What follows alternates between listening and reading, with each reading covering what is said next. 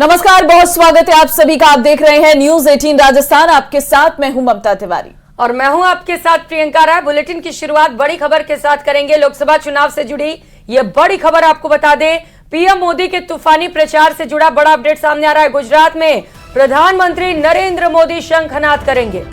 बनासकांठा और साबरकांठा में प्रधानमंत्री की रैली रहने वाली है। बनासकांठा में दोपहर 3:30 बजे प्रधानमंत्री की रैली रहने वाली है। आपको बता दें, साबरकांठा में शाम 5:15 पर प्रधानमंत्री की रैली रहने वाली है। तो प्रधानमंत्री का आज चुनाव प्रचार रहने वाला है। आपको जानकारी दे दें कि प्रधानमंत्री आज चुनावी प्रचार जो है वो करने वाले हैं। तो महासंग्राम 2024 से जुड़ी इस वक्त की ये बड़ी खबर आपको बता रहे हैं, जहां पर गुजरात में प्रचार का शंखनाद करेंगे पीएम मोदी। बीजेपी प्रत्याशियों के समर्थन में वो जनसभा करेंगे और लोगों से वोट देने की भी अपील करेंगे। बनासकांठा और साबरकांठा में प्रधानमंत्री नरेंद्र मोदी रैली भी करेंगे, जहां पर तैयारियों में भारतीय जनता पार्टी जुटी हुई है और बड़ी संख्या में भीड़ जुटाने की कोशिश इस वक्त कार्यकर्ताओं की ओर से की जा रही। इस रैली को सफल बनाने के लिए बीजेपी ने पूरी ताकत झोंक दी है। बनासकांठा में दोपहर 3:30 बजे प्रधानमंत्री नरेंद्र मोदी रैली निकालने वाले हैं। साबरकांठा में शाम 5:15 पर प्रधानमंत्री नरेंद्र मोदी की रैली होगी। तो आज धुआंधार चुनावी प्रचार जो है वो प्रधानमंत्री का रहने वाला है। दरअसल आपको बता दें, क्योंकि अब थर्ड फेज के लिए जो है प्रचार प्रसार अब काफी तेज आगे बढ़ता हुआ नजर आ रहा है। ऐसे में गुजरात की अगर हम बात करें तो वहां पर आज प्रधानमंत्री चुनावी प्रचार करने वाले हैं। और चलिए आगे बढ़ते हैं। लोकसभा चुनाव में अमित शाह की हुंकार। आज ओवैसी के घर में गृह मंत्री अमित शाह रहने वाले हैं। तो हैदराबाद में गृह मंत्री अमित शाह भव्य रोड शो करेंगे। बीजेपी प्रत्याशी माधवी लता के लिए वो वोट मांगेंगे। हैदराबाद की 2 सीटों पर 13 मई को मतदान होने वाला और इससे पहले सभी पार्टियों ने ताकत झोंक दी है। बीजेपी प्रत्याशी माधवी लता के समर्थन के लिए केंद्रीय गृह मंत्री अमित शाह भव्य रोड शो करेंगे। बिल्कुल, आज हैदराबाद ओवैसी का गढ़ जिसे कहा जाता है, वहां पर आज चुनावी हुंकार भरते हुए गृह मंत्री अमित शाह नजर आएंगे 2 सीटों पर, क्योंकि 13 मई को मतदान है और इसी के लिए जो है चुनावी प्रचार आज गृह मंत्री करने जा रहे हैं। दरअसल ओवैसी का गढ़ माना जाता है हैदराबाद, लेकिन आज ओवैसी के गढ़ में भारतीय जनता पार्टी की बड़ी रैली रहने वाली है और जिम्मेदारी दी गई है गृह मंत्री अमित शाह को। तो बड़ा रोड शो रहेगा। बीजेपी प्रत्याशी यहां से माधवी लता हैं, जिनके लिए वोट मांगेंगे गृह मंत्री अमित शाह। 2 सीटों पर 13 मई को मतदान रहने वाला है। और मुख्यमंत्री भजनलाल शर्मा के झारखंड दौरे से जुड़ी एक बड़ी खबर आपको बता दें। रांची से मुख्यमंत्री हजारीबाग पहुंचेंगे। लोकसभा प्रत्याशी मनीष जायसवाल के समर्थन में वो जनसभा को संबोधित करेंगे।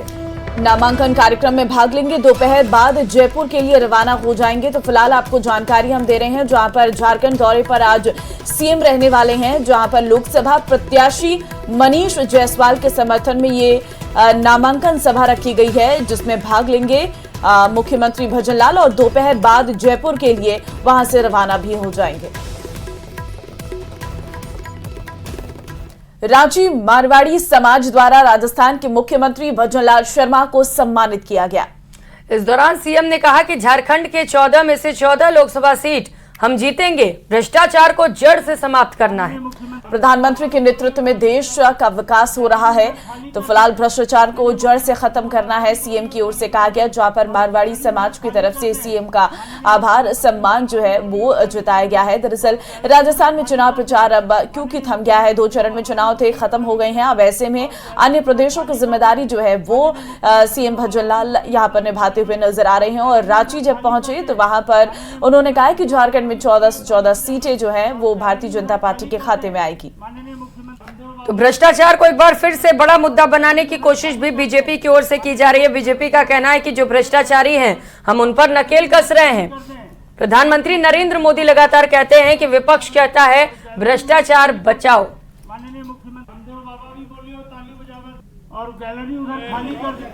ने यहाँ देखा है झारखंड की जनता में जो उत्साह और उमंग है, यहाँ के युवाओं में, यहाँ की महिलाओं में जो उत्साह है वो मैंने देखा है। लोकसभा के चुनाव में एनडीए का 1 सीट पर हमारा गठबंधन है। हम 13 भारतीय जनता पार्टी और 1 एनडीए 14 की 14 सीटें हम जीतने वाले हैं। आने वाले समय में विधानसभा की यहाँ चुनाव होगा। मुझे ठीक प्रकार से दिख रहा है जिस तरह से यहाँ भ्रष्टाचार, तुष्टीकरण और जिस तरह का अत्याचार हो रहा है, निश्चित रूप से झारखंड की जनता ने मन बना लिया है कि अब की बार लोकसभा में भी पूरी की पूरी सीटें जिताएंगे और एक बड़े बहुमत के साथ आने वाले समय में झारखंड के अंदर भारतीय जनता पार्टी की सरकार भी बनेगी। और ऑर्गन ट्रांसप्लांट के लिए फर्जी एनओसी हासिल करने और धोखाधड़ी कर किडनी निकालने के मामले में हर दिन नए खुलासे हो रहे हैं। लेकिन इन सब के बीच गिरफ्तार आरोपियों ने कई बड़े खुलासे भी किए हैं, जिसमें यह बात सामने आई है कि अब तक फर्जी एनओसी से करीब 60 विदेशी नागरिकों के ऑर्गन ट्रांसप्लांट हुए, जिसमें 45 बांग्लादेशी नागरिक शामिल हैं।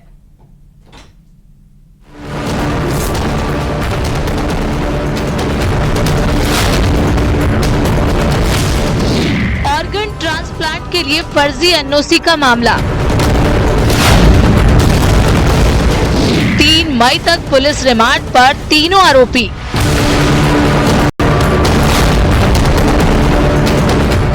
जयपुर में गुरुग्राम पुलिस भी कर सकती है पूछताछ। फर्जी एनओसी के सहारे ऑर्गन ट्रांसप्लांट के मामले में कई चेहरे बेनकाब हो चुके हैं। कई आरोपी पुलिस के हत्थे चढ़ चुके हैं। इतना ही नहीं, कई खुलासे भी हुए हैं। गिरफ्तार आरोपियों से पूछताछ में बड़ा खुलासा हुआ है। जानकारी के मुताबिक शहर के 2 नामी अस्पतालों में पिछले करीब 3 महीने में 60 विदेशी नागरिकों के ऑर्गन ट्रांसप्लांट हुए। इनमें 45 बांग्लादेशी नागरिक शामिल हैं। रिमांड पर चल रहे तीनों आरोपियों से पूछताछ में ये भी खुलासा हुआ है कि किडनी डोनर और रिसीवर के बीच खून का रिश्ता नहीं था। वो एक दूसरे को पहचानते भी नहीं थे। आरोप है कि बावजूद इसके दलाल के जरिए मोटी रकम वसूल कर फर्जी एनओसी जारी कर दी गई। हाँ, ये जो किडनी ट्रांसप्लांट वाले जो आरोपी है, 3 आरोपी, तीनों आरोपियों को आज हमने न्यायालय में पेश किया और न्यायालय में पेश करके इनसे जो ये किस तरीके से एनओसी बनाते थे, किन किन हॉस्पिटल्स को ये जारी करते थे। फर्जी एनओसी मामले में एसीबी के अलावा जयपुर पुलिस कमिश्नरेट की जवाहर सर्किल थाना पुलिस 2 अलग-अलग मुकदमे दर्ज कर जांच कर रही है। इस बीच सोमवार को आरोपी गौरव सिंह, गिरिराज शर्मा और विनोद सिंह को कोर्ट में पेश किया गया, जहां से उन्हें 3 मई तक रिमांड पर भेज दिया गया। इस संबंध में इनको पेश करके आज 4 दिन का रिमांड प्राप्त किया। 4 दिन के रिमांड में ये सब सारी चीजें पता करेंगे।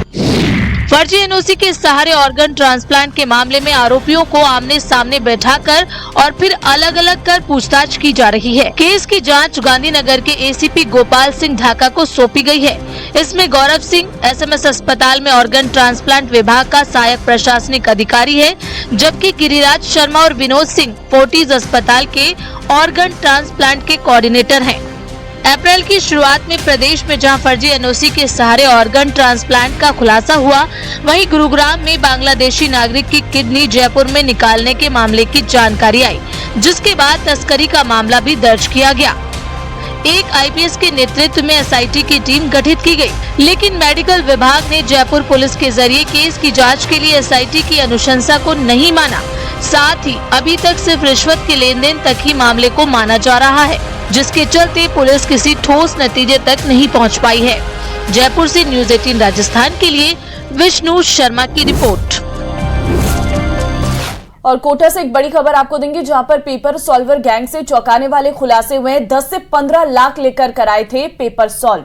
तो अभ्यर्थी, लैब संचालक समेत कई पर जांच की आज पहुंच चुकी है। 20 से 21 अप्रैल को ऑनलाइन सीजीईपीटी परीक्षा में पेपर को सॉल्व कराया गया था। एसआईटी को सीजीईपीटी परीक्षा में बड़े फर्जीवाड़े की आशंका है और इसी को लेकर जांच लगातार जारी है। पेपर सॉल्वर गैंग से चौंकाने वाले खुलासे हुए हैं। दरअसल आपको बता दें, संदिग्ध युवकों की तलाश में दूसरे राज्य जाएगी एसआईटी। ये भी जांच निकलकर सामने आई है। परीक्षा के दौरान बड़े फर्जीवाड़े की आशंका जताई जा रही है। संदिग्ध युवकों की तलाश में दूसरे राज्य अब एसआईटी जाएगी, जहां पर उन लोगों की तलाश की जाएगी। अभ्यर्थी, लैब संचालक समेत कई पर जांच की आंच नजर आ रही है। तो एसआईटी की ओर से इस पूरे मामले पर लगातार जांच जारी है और इस जांच का दायरा दूसरे राज्यों तक भी पहुंच रहा है। ये बड़ी खबर इस वक्त की आपको बता रहा है कि एसआईटी अन्य राज्यों में जाकर भी जो फर्जीवाड़ा कर रहे थे उन्हें लेकर जांच करेगी।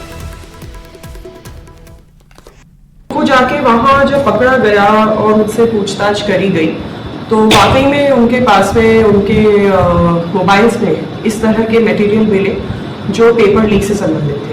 ये पेपर जिसके संबंध में पूरी बात हो रही है वो इंडियन कोस्ट गार्ड का पेपर था, नाविक का ऑनलाइन एग्जामिनेशन था, ये नेशनल लेवल का। और इस संबंध में जब बाकी और डिटेल्स देखी गई उनके मोबाइल में तो कुछ पेपर्स नजर आते हैं और फिर उनसे जब और पूछा गया तो उन्होंने बताया कि ये कंप्यूटर सिस्टम्स को हैक करते हैं और ये रिमोट एक्सेस प्राप्त करते हैं विभिन्न लैब्स में और ये वो रिमोट एक्सेस प्राप्त करके खुद पेपर सॉल्व करके उसको सबमिट करते हैं। तो इस तरह से ये ऑनलाइन पेपर लीक हुआ है। तो भजनलाल सरकार के मंत्री आज पश्चिम बंगाल जाएंगे, लोकसभा चुनाव में प्रचार करेंगे। मंत्री और पदाधिकारी, मंत्री छाबर सिंह खर्रा, मंत्री गौतम दत्त, प्रदेश मंत्री भूपेंद्र सैनी भी शामिल हैं और वासुदेव चावला समेत कई नेता प्रचार प्रसार में शामिल होंगे। ये बड़ी खबर इस वक्त आपको बता रहे हैं महासंग्राम 2024 से जुड़ी, जहां पर एक और मुख्यमंत्री भजनलाल शर्मा खुद अलग अलग राज्यों का दौरा कर बीजेपी प्रत्याशियों के समर्थन में रोड शो कर रहे हैं, रैलियां कर रहे हैं, जन समर्थन के लिए अपील कर रहे हैं। तो वहीं उनके कैबिनेट के जो मिनिस्टर्स हैं वो भी लोकसभा चुनाव में अपनी ताकत झोंकेंगे। मंत्री पदाधिकारी भी चुनाव प्रचार में जुटने वाले हैं। मंत्री छाबर सिंह खर्रा से लेकर मंत्री गौतम दत्त, प्रदेश मंत्री भूपेंद्र सैनी और वासुदेव चावला भी प्रचार प्रसार में शामिल होंगे। तो पश्चिम बंगाल आज भजनलाल सरकार के कई मंत्री जाने वाले हैं, जहां पर वो प्रचार प्रसार करेंगे, जिसमें छाबर सिंह खर्रा का नाम है। गौतम दत्त मंत्री भी आज चुनाव प्रचार में जुटेंगे। खबर कोटा से है, जहां पर ट्रांसफार्मर में आग लग गई। ट्रांसफार्मर में आग से हड़कंप मच गया। देखते देखते आग का गोला बन गया है ट्रांसफार्मर और शॉर्ट सर्किट बताई जा रही है आग लगने की आशंका। तो बताया जा रहा है कि शॉर्ट सर्किट की वजह से यह आग लग सकती है। तस्वीरें इस वक्त आपकी टीवी स्क्रीन पर। कड़ी मशक्कत के बाद फिलहाल आग पर काबू पा लिया गया है। आग लगने के बाद इलाके में अफरा तफरी मच गई। ट्रांसफार्मर में भीषण आग लगी है। हालांकि असल वजहों का पता नहीं चल सका है, लेकिन प्राथमिक तौर पे यही कहा जा रहा है कि इस घटना के पीछे शॉर्ट सर्किट वजह हो सकती है।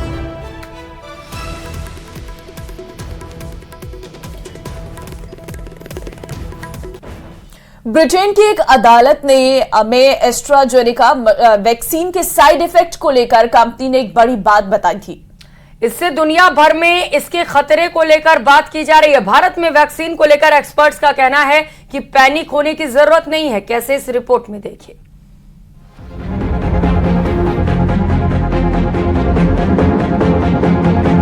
कोरोना महामारी ने पूरी दुनिया को घुटनों पर ला दिया था। एस्ट्राजेनेका वैक्सीन के खतरनाक साइड इफेक्ट खून के थक्के जमने की बात इस वक्त पूरी दुनिया में हो रही है। ब्रिटिश फार्मा कंपनी एस्ट्राजेनेका ने कोर्ट में खुलासा किया, थ्रोम्बोसाइटोपेनिया सिंड्रोम के साथ थ्रोम्बोसिस (TTS) की समस्या कोविशील्ड वैक्सीन का दुर्लभ साइड इफेक्ट हो सकती है। वैक्सीन से हार्ट अटैक आने की बात हो रही है, उससे लोगों की चिंता बढ़ी है। भारत में एस्ट्राजेनेका वैक्सीन को कोविशील्ड के नाम से लगाया गया था। डॉक्टर्स की बात माने तो उनका कहना है कि जो TSS के बारे में बताया जा रहा है, जो खून के थक्के बन रहे हैं या बहुत सारी सडन डेथ्स की बात की जा रही है, ऐसा तब होता है जब कोई भी मरीज किसी गंभीर बीमारी से ग्रसित होता है और उसके बाद जो है उसकी बॉडी में से रिएक्शन होते हैं। तो इस बात को समझना होगा कि अगर कोई भी वैक्सीन ली जाती है तो अगर उसका कोई साइड इफेक्ट होना होता है तो वो 4 हफ्ते के भीतर हो जाता है। वैक्सीन ने उस समय सीवियरिटी, बीमारी की गंभीरता से प्रोटेक्शन दी थी, हॉस्पिटलाइजेशन से प्रोटेक्शन दी थी और अगर इसको इमरजेंसी अप्रूवल मिला था उससे पहले इसकी एफिकेसी, इसकी सेफ्टी ट्रायल्स देखे गए थे। तो ओवरऑल वैक्सीन पूरी तरह से एफिकेशियस थी, वैक्सीन सेफ थी और अगर हम बेनिफिट्स एंड साइड इफेक्ट्स की बात करें तो बहुत ही मिनिमल साइड इफेक्ट। और ICMR ने भी जो स्टडी की थी उसमें पाया गया था कि वैक्सीन पूरी तरह से सेफ रही थी। इवन जिनको कोविड हुआ था गंभीर रूप से, उन लोगों में काफी प्रॉब्लम रही, लॉन्ग टर्म कोविड रहा, उनको लॉन्ग कोविड रहा, तो बहुत ज्यादा जरूरी है। तो यहाँ पर पैनिक करने की जरूरत नहीं है और वैक्सीन जितने भी लोगों को लगी है वो पूरी तरह से सेफ रही है। हालांकि डॉक्टरों का कहना है कि इससे घबराने की जरूरत नहीं है, साइड इफेक्ट दूसरी दवाओं में भी हो सकते हैं। वैज्ञानिक लगातार रिसर्च कर रहे हैं। अगर भारत की बात करें तो भारत में जो है अभी ऐसी कोई बात नहीं उठी है और डॉक्टर्स का भी कहना है कि अब तक जो वैक्सीन है वो कहीं ना कहीं सेफ रही है और लोगों को पैनिक होने की जरूरत नहीं है। और जीते जी इंसान के वजूद की लड़ाई तो वो लड़ता ही है, लेकिन अलवर से खबर सामने आई है जहां पर एक परिवार नगर निगम के चक्कर महज इसीलिए काट रहा है क्योंकि वो मृतक सदस्य की मृत्यु का सबूत नहीं दे पा रहा और परिवार ऐसा नहीं कर पा रहा है तो जाहिर है नगर निगम भी मृत्यु प्रमाण पत्र जारी करने से इनकार कर रहा है। देखिए रिपोर्ट। कोई सुनाई नहीं, इसका सत्यापन नहीं है। 5 दिनों से चक्कर काट रहा है और राकेश शर्मा जी कह रहा है कि फर्जी मौत है ये, तो जांच के बाद जारी कर दिया जाए। जिंदगी का अंत मतलब मौत, लेकिन अलवर नगर निगम अगर सत्यापन ना हो तो मौत को भी फर्जी मौत बता सकता है। दरअसल नगर निगम के रजिस्ट्रार राकेश शर्मा पर वार्ड 13 के पार्षद ने गंभीर आरोप लगाए हैं। उन आरोपों पर भी बात करेंगे, लेकिन जरा पार्षद घनश्याम सोनी के इस बयान को सुनिए। वार्ड नंबर 13 का मामला है और असंख्य में इस बच्चे राहुल के पिताजी अभी एक हुए 25 का तारीख को और 25 से 26 और 27 को किया करने के बाद वहाँ पर कोई कर्मचारी नहीं था और राकेश शर्मा को खूब अच्छी तरह पता है कि 30 की शमशान घाट में कोई कर्मचारी नहीं है और फिर भी इनसे ये बच्चा पिछले 5 दिनों से चक्कर काट रहा है और राकेश शर्मा जी कह रहा है कि फर्जी मौत है ये। सुना आपने, 25 अप्रैल को वार्ड 13 के रहने वाले प्रहलाद की गंभीर बीमारी के बाद मौत हो गई। उनकी मौत के बाद से परिवार मृत्यु प्रमाण पत्र के लिए नगर निगम के चक्कर काट रहा है। राकेश शर्मा का साफ कहना है कि उनके पास जब तक उनकी मौत के सबूत नहीं होंगे वो मृत्यु प्रमाण पत्र जारी नहीं कर पाएंगे। बहुत फर्जी नहीं है, अच्छा, इसका सत्यापन नहीं है। या तो हमारा कोई कर्मचारी शमशान घाट पे होता तो उसकी रिपोर्ट के आधार पर हम जारी करते हैं, या हमारे संबंधित वार्ड जमादार या इंस्पेक्टर की रिपोर्ट पे जारी करते हैं, तो जांच के बाद जारी कर दिया जाएगा। नियम के मुताबिक मृत्यु प्रमाण पत्र या तो शमशान घाट में मौजूद कर्मचारी की रिपोर्ट के आधार पर जारी होता है या फिर वार्ड जमादार और इंस्पेक्टर की रिपोर्ट पर जारी किया जाता है। लेकिन प्रहलाद के अंतिम संस्कार के वक्त नगर निगम का कोई कर्मचारी वहां मौजूद नहीं था। डेट अभी नहीं बना रहा हूँ, मैं 3-4 दिन से परेशान होकर देख रहा हूँ, मतलब कोई सुनाई नहीं हो रही। वार्ड 13 में रहने वाले प्रहलाद की मृत्यु को कई दिन बीत चुके हैं। परिवार के लोग प्रमाण पत्र के लिए नगर निगम के चक्कर लगा रहे हैं, लेकिन हैरानी की बात यह है कि नगर निगम के कर्मचारियों ने लापरवाही ड्यूटी करने में की, लेकिन खामियाजा पीड़ित परिवार को भुगतना पड़ रहा है, जो पिछले कई दिन से मृत्यु प्रमाण पत्र के लिए इधर उधर दौड़ रहे हैं। अलवर से न्यूज़ 18 राजस्थान के लिए राजेंद्र प्रसाद शर्मा की रिपोर्ट।